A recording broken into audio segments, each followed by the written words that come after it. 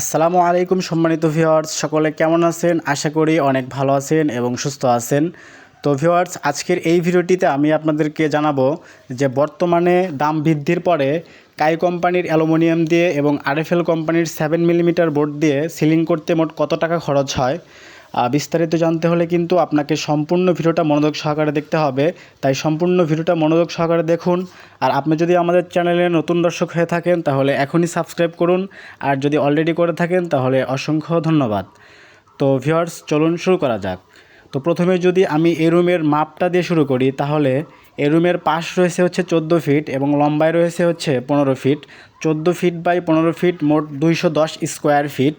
এখানে যে আমরা অ্যালুমিনিয়াম ব্যবহার করেছি এটা হচ্ছে কাই কোম্পানির অ্যালুমিনিয়াম ব্যবহার করেছি, এবং এখানে যে আমরা বোর্ড ব্যবহার করেছি এটা হচ্ছে আরএফএল কোম্পানির 7 মিলিমিটার বোর্ড ব্যবহার করেছি, এবং বোর্ডের নাম হচ্ছে ঈশা।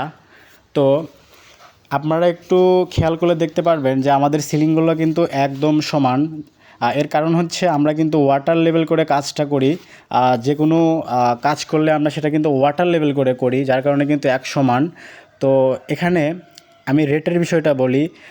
আপনারা কিন্তু অলরেডি জানেন যে বর্তমান কিন্তু যুদ্ধের কারণে কিন্তু থাই গ্লাসের দাম অনেকটা বাড়তি, আগের চেয়ে কিন্তু 20% বাড়তি।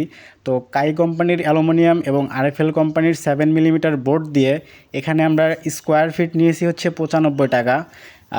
14 ফিট বাই 15 ফিট মোট 210 স্কোয়ার ফিট 95 টাকা করে হলে কিন্তু 19,950 টাকা আসে। তো যাদের বাজেট একটু কম, তারা চাইলে এর চেয়ে একটু কম মূল্যের অ্যালুমিনিয়াম দিয়ে কিন্তু সিলিং করতে পারেন, সেক্ষেত্রে কিন্তু দামটা কম পড়বে। যারা আমাদেরকে দিয়ে কাজ করাবেন আমি ভিডিওর স্ক্রিনে ফোন নাম্বার দিয়ে দিব, সেখান থেকে যোগাযোগ করবেন। ইনশাল্লাহ আমরা বাংলাদেশের সকল প্রান্তে কিন্তু আমাদের সার্ভিস দিয়ে থাকি। তো আজকে এ পর্যন্তই, সবাই ভালো থাকবেন। আল্লাহ হাফেজ।